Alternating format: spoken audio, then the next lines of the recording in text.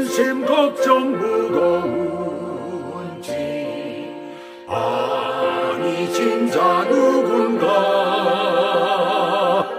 피난처는 우리 예수 주께 기도드리세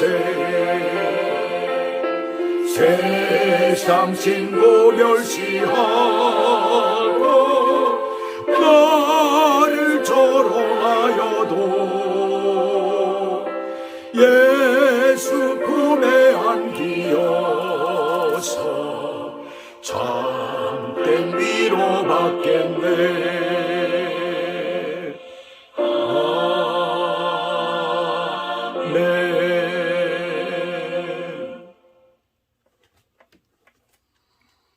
오늘 하나님의 말씀은 창세기 20장 1절에서부터 7절까지입니다.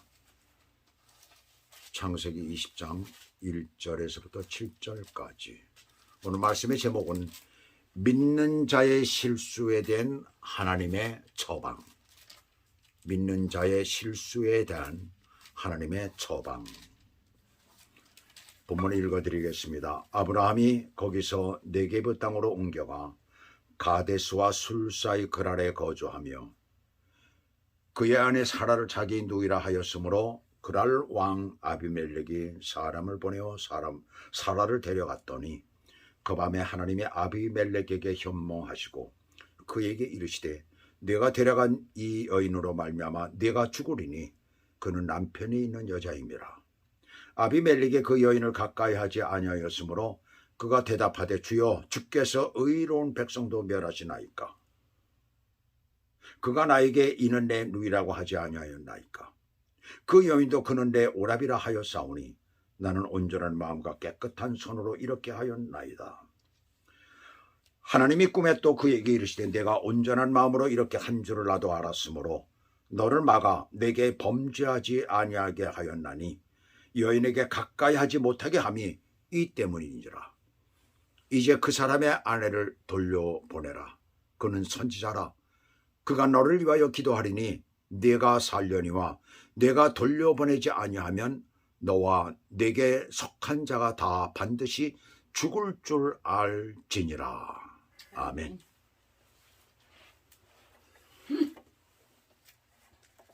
이 세상에서 누가 누구를 배울 그런 사람은 없습니다. 인간은 누구나가 다 똑같은 죄인이에요. 죄성이 강하기 때문에 그렇습니다. 내가 배우고자 하는 사람을 자세히 잘 파헤쳐 보면은 존경할 사람도 없고 또 내가 본받고 따라야 할 사람도 없어요. 로마서 3장 10절에서 말씀하시는 대로 이 세상에 의인은 없나니 하나도 없다 라는 말씀이 참 맞는 것 같습니다. 우리가 19장에서 보았던 롯이라는 인물은 믿음이 찌질한 그런 사람이죠. 그런 수준이지만은 믿음의 최고의 조상이라고 하는 아브라함조차도 자주 믿음의 실수를 하게 되는 것을 우리가 보죠. 본문은 하나님께서 그렇게나 그 믿음을 인정하신 아브라함이 그 신앙의 위기까지 간 것을 오늘 말씀하고 있는 거예요. 이 신앙의 위기는 도대체 왜 일어났을까? 하나님께서는 그것을 어떻게 처방을 하실까? 어떻게 대처를 하실까? 오늘 그것을 우리가 함께 보도록 하겠습니다. 제1절을 보시면은, 첫 번째는 제1절을 보시면 아브라함이 거기서 네게브 땅으로 옮겨가 가데스와 술사의 그랄에 거류하며 그랬어요. 아브라함이 소돔과 고모라의 멸망 사건 이후에 갑자기 그랄로 이사하는 사건입니다. 그게 바로 문제예요, 지금 보니까.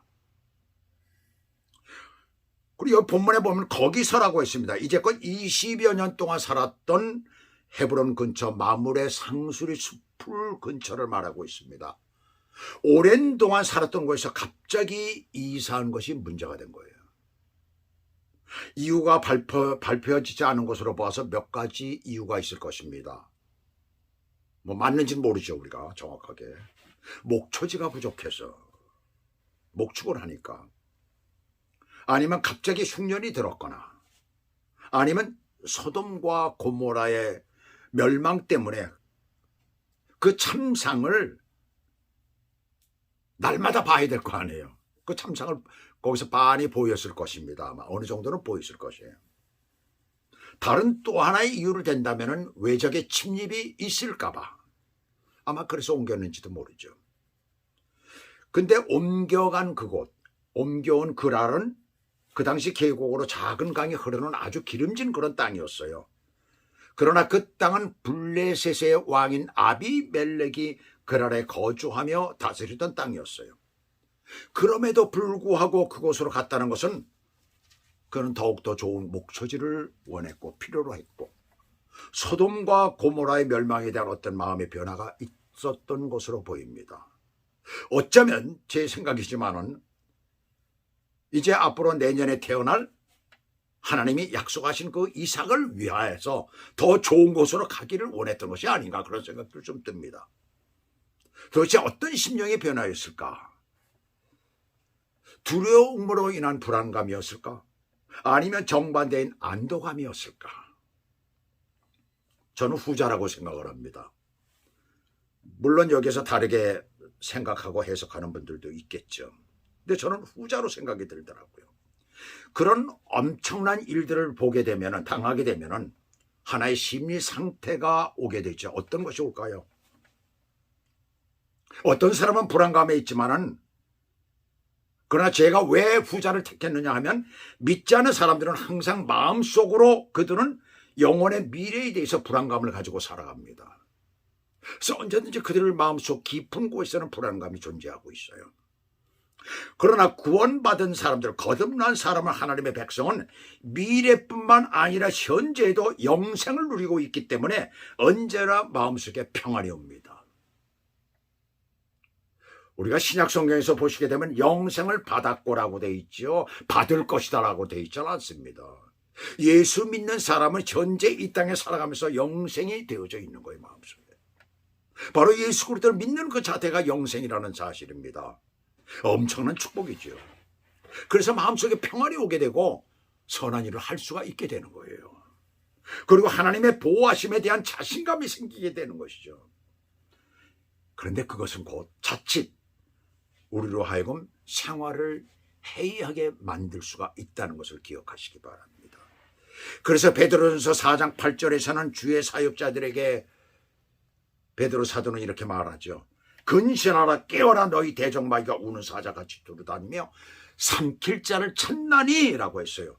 그렇게 될 때 꼭 주의해야 할 것은 틀림없이 마귀가 틈을 타게 되어 있어요.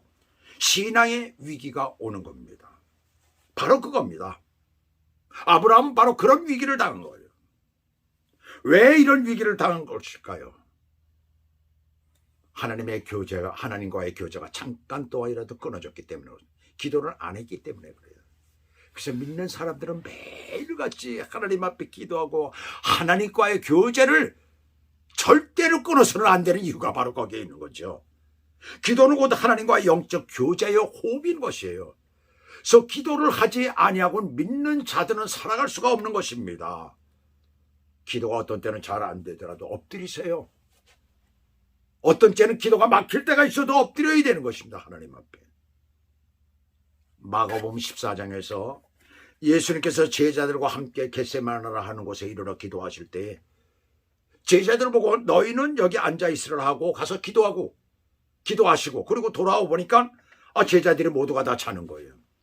그 자는 모습들을 보시고 베드로에게 가가지고 이렇게 말씀을 하십니다. 쿨쿨 자고 있는 베드로에게 말씀하시는 거예요.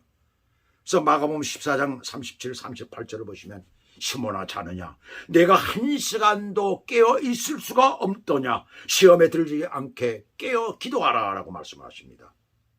이제 곧 잡혀가는 위급한 상황인데 그런 말씀을 예수님께서 미리 사전에 하셨잖아요. 그런데도 제자들은 전혀 그것을 깨닫지 못하고 모두가 그 위급한 꼭 기도해야 되는 시간에 그들은 자고 있었다는 얘기예요. 예수님은 코딱질 시련 때문에 기도하고 계시는데 피와 땀이 흐르도록 그렇게 기도하고 계시는데 그것이 바로 우리예요. 바로 우리의 모습입니다. 제자들의 모습을 보면. 바로 우리들이 그렇잖아요. 예수 믿은 지 얼마 되지 않았을 때는 우리가 하나님 앞에 기도할 때에 정말 밤새도록 기도하며 그렇게 애타게 부르짖고 하나님 앞에 매달려 기도합니다. 그런데 시간이 지나면서 심령으로부터의 안도감이 생기면서 나도 이제 예수 믿고 하나님의 백성이 되어서 내 속에 정말 성령께서 계시고 영원한 생명이 내 안에 존재하고 있어 라고 이렇게 생각을 하다 보면 어떤 생각이 듭니까? 안도감이 생기고 나태해지기 시작하는 거예요. 그렇게 되면 세상 속으로 곧 시험 속으로 들어가는 일이 생기게 되는 겁니다. 또한 하나님의 말씀도 없이 이렇게 해라 저렇게 하는 그런 하나님의 명령도 없이 말씀도 없이 그렇게 다른 곳으로 옮겼다는 것은 불과 얼마 전 하나님께로부터 약속받은 것, 내년에 주시겠다는 약속의 자손을 차분히 기다리지 못하고 떠난 겁니다. 사실은 기다렸어야 하는 거예요. 그것이 만약에 위험한 것이고 장차 닥칠 어떤 무엇이 있을 것이면 주님께서 빨리 여기를 떠나라고 하셨을 것 아니에요. 근데 그런 아무것도 없어요. 거기서 떠나갔어요. 자, 보세요. 그 다음 보시면은, 자, 그날에 도착하니까 2절에 보시면 그의 아내 사라를 자기 누이라 하였으므로 그날 왕 아비멜렉이 사람을 보내어 사라를 데려갔더니 라고 말씀합니다. 24년 전에 애굽에 갔던 실수를, 애굽에 가서 저질렀던 실수를 또다시 반복하고 있는 모습을 보게 되죠. 데려갔다는 말은 개역 성경에는 취하였다라고 나오고 있어요. 바로 이 말은 원어상의 의미는 결혼하다라는 그런 의미를 내포하고 있습니다. 그래서 결혼하기 위해서 데려갔다는 거예요. 당시에 어떤 지역이나 그 지역을 맡고 있는 통치자는 막강한 힘을 가지고 있기 때문에 비록 그곳에 잠깐 머무르게 되는 여행자라 할지라도 절대로 그 말을 거역할 수가 없습니다. 그 정도로 대단했었다는 얘기죠. 더군다나 누이라고 했으니 당연한 것 아니겠어요. 거기에 대해 대처하는 이 아브라함의 비겁함, 이 소심함이 여기에서 나옵니다. 자, 신앙의 위기의 두 번째는 뭘까요? 담대함이 문제인 거예요. 다른 하나는 내년에 하나님이 주실 약속은 생각도 안 한 거예요. 근데 보세요. 하나님의 약속을 잊어버리면 그 담대함이 비겁함이 되는 겁니다. 하나님의 약속을 잊어버리면 담대함이 비겁함이 되는 거예요. 바로 우리는 약속 가운데 사는 사람들입니다. 물론 문제가 그렇게 심각하게 되리라고는 미처 생각 못했겠지요. 하나님을 항상 가까이 하지 아니할 때 어떤 큰 문제에 부딪히게 되면 자기 자신의 위치, 신분을 망각하게 되는 거예요. 당당하게 맞서야 하는데 그것을 피하다 보면 이런 일이 벌어지는 것입니다. 잠깐 동안이지만 그가 얼마나 하나님과 가까이 안 하고 나태해졌는가를 여기에서 알 수가 있는 거예요. 자, 여기서 당연한 질문이 하나 나오죠. 어떤 질문입니까? 아니 89세나 된 노인을 데려가면 무엇하겠느냐는 얘기예요. 사라의 나이가 89세예요. 아니 그런 노인네 할머니를 데려가면 도대체 뭐 하겠느냐는 거예요.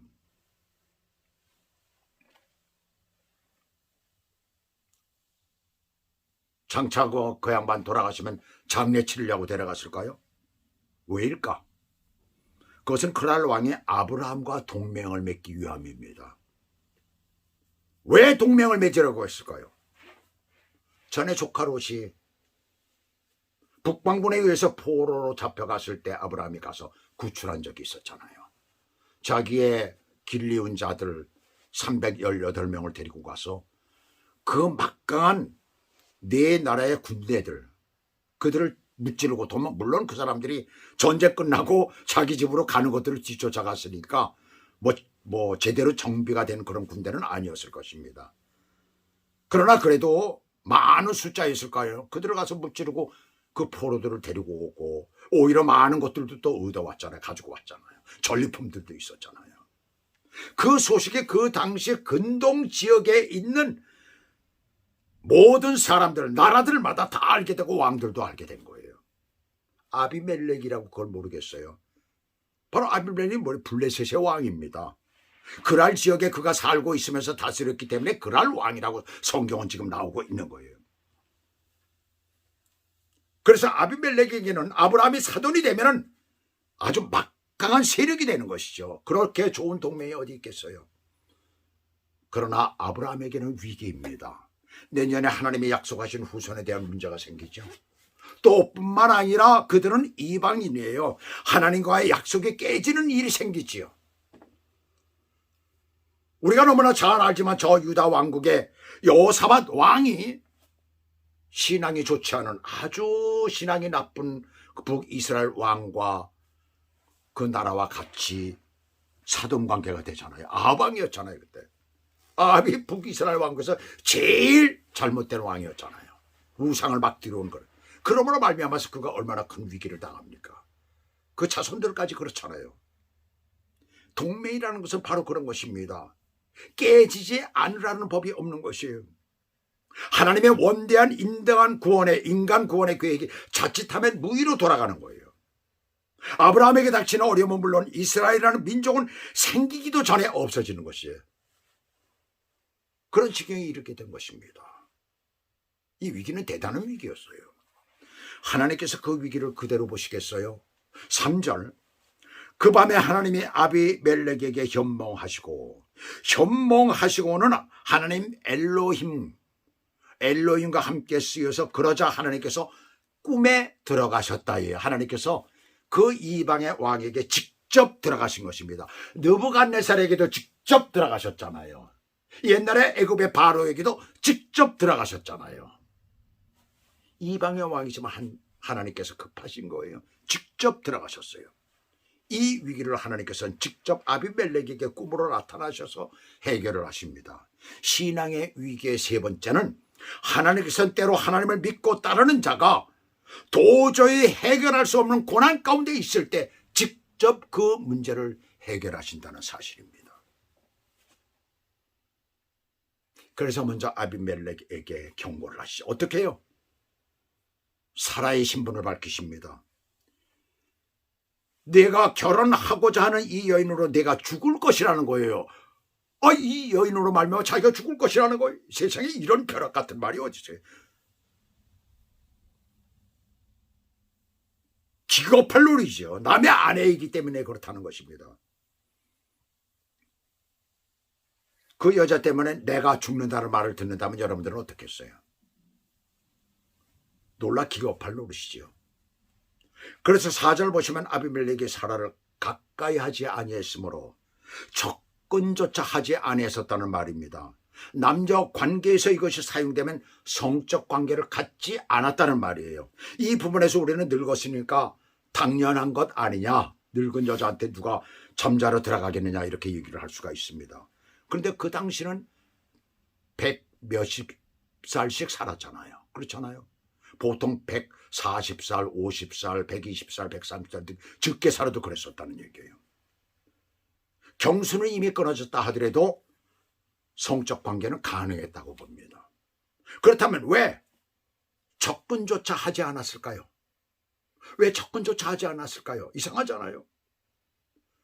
나중에 나오는 사실이지만 아비멜렉과 그 가족에게 미리 성적 관계를 못하도록 만드신 거예요. 어떤 병을 주신 겁니다. 그 병이 우리는 뭔지 몰라요. 하나님께서는 자신을 믿고 따르는 자, 택하신 자를 보호하기 위해서 철저하게 막으시는 분이십니다. 할렐루야. 참 이런 분이세요. 요한복음 10장 27절부터 보시면 예수님께서는 믿고 따르는 자들에게 대해서 이렇게 말씀하시죠. 내 양은 내 음성을 들으며 나는 그들을 알며 그들은 나를 따르느니라. 예수님께서는 따르는 자들을 다 아신다는 거예요. 비록 자주 범하는 실수와 그로 인한 위기가 있지만 결국은 나의 음성을 듣는다는 거예요. 그러므로 28절에 보시면 내가 그들에게 영생을 주노니 영원히 멸망하지 아니할 것이 또 그들을 내 손에서 빼앗을 자가 없느니라. 오늘날에 예수님을 믿고 구원받은 자에게 영생을 주셨다는 거예요. 누구도 뺏지 못하는 겁니다. 그 다음 29절은 다시 한번 강조를 합니다. 그들을 주신 내 아버지는 만물보다 크심에 아무도 아버지 손에서 빼앗을 자 없느니라. 이것이 예수 믿고 구원받은 그리스도인들에게 주어지는 하나님의 특별하신 은혜요, 이 땅에서의 놀라운 축복인 것입니다. 그러나 그 당시 아브라함은 그렇지 못한 가운데 하나님을 온전히 믿고 따른 것이에요. 그러니 얼마나 대단합니까? 여기서 아비멜렉은 자신 있게 변명을 합니다. 자신은 그 여인에게 가까이 하지 아니하였다는 것과 이와 같이 자기 백성은 의로운 백성이라는 거예요. 무엇 때문에 의로운 백성을 멸하느냐예요. 왜 의로운 백성이라고 했을까요? 아비멜렉이 말하는 의로운 것은 윤리적 도덕적인 것을 말하는 것입니다. 자, 여기에서 믿지 않는 사람들이 왜 선한 일을 하고 착한 일을 했는데 왜 구원받지 못한다고 하느냐라는 대답이 여기에 나오는 겁니다. 왜 멸하느냐? 바로 여기서 말하는 것은 윤리적 도덕적인 것을 말하잖아요. 그걸 잘 지키며 잘 살았다는 얘기, 착하게 살았다는 얘기입니다. 선하게 살았다는 것입니다. 남들을 돕기도 했다는 것입니다. 자기 백성들은 여인을 취할 때 윤리적인 도리를 지킨다는 거예요. 그런데 이것이 뭐와 다를까요? 하나님의 절대적인 의와는 다른 것입니다. 하나님이 원하시는 의가 아니라는 얘기예요. 그리고 또 아브라함이 내 누이라고 했고 사라도 내 오라비라고 해서 사라를 데려오게 된 것이라는 거예요. 나는 온전한 마음과 깨끗한 손으로 이렇게 했는데 무슨 잘못이냐는 것입니다. 이러한 아비멜렉의 주장에 하나님께서는 6절을 보시면 꿈에 또 그에게 말씀하십니다. 내가 온전한 마음으로 그렇게 한 것을 알았기에, 그것을 아셨다는 얘기입니다. 온전한 마음으로 한 것을, 윤리적이고 도덕적인 것을 알았다는 것입니다. 그래서 그것을 인정하신 것이에요. 그래서 뭘 줘요? 기회를 주신 거예요. 그가 살아날 수 있는 기회를 주신 거예요. 아니면 살지 못한 것이죠. 범죄하지 않게 여인에게 가까이 못하게 한 것도 바로 이 때문이라는 것입니다. 이방인인 아비멜렉이 받은 은혜예요. 사라를 돌려보내야 되는 이유가 바로 또 여기에 있습니다. 그리고 그 7절에서 돌려보내라고 하시면서 그는 선지자라. 누가? 아브라함입니다. 그가 너를 위하여 기도할 때 내가 살 것이고 아니면 죽는다는 거예요. 세상에 이런 일이 있습니까? 바로 이것이 믿는 자의 기도의 권위입니다. 고난입니다. 그가 기도할 때, 누가? 아브라함이 기도할 때 네가 살 수가 있고 네가 죽을 수가 있다는 겁니다. 우리는 여기서 누구를 생각하게 됩니까? 떠오르는 사람 한 사람 있죠. 욥입니다. 욥기서 42장 제일 마지막에 보시게 되면 하나님께서 이렇게 말씀하시죠. 내 종 욥이 너희를 위하여 기도할 것인즉. 너희는 누구예요?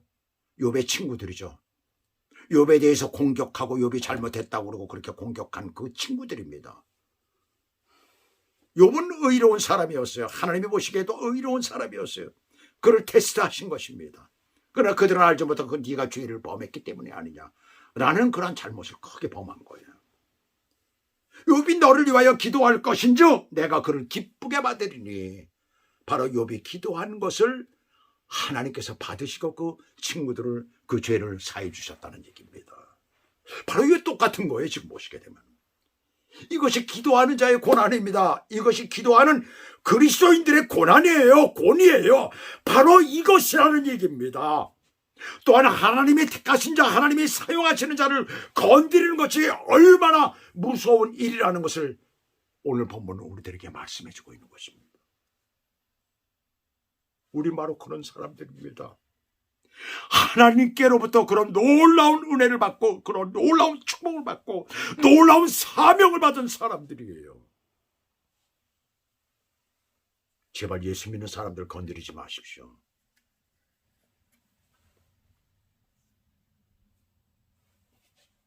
하나님의 이 무서운 경고를 아비멜렉은 어떻게 받아들일까요? 다음 주를 기대하시기 바랍니다. 오늘은 여기까지입니다. 참으로 복되고 아름다운 그런 한 주가 되시길 주 예수 그리스도 이름으로 축복합니다. 기도하시겠습니다. 하나님 아버지, 오늘도 이 말씀을 들으면서 우리 주님의 그 놀라운 사랑, 그 은혜를 우리가 생각하며 우리에게 이렇게 크시고 놀라운 것을 주셨는데 우리가 그것을 제대로 알지 못하고 때로는 아브라함처럼 하나님을 떠날 때가 있고 하나님을 무시할 때가 있고 외면할 때가 있었습니다. 부족한 저희들을 용서해 주시옵소서.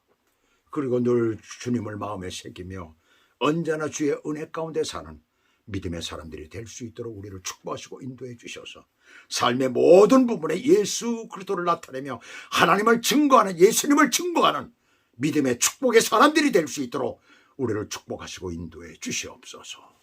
예수 그리스도 이름으로 감사하며 기도 올리옵나이다. 아멘.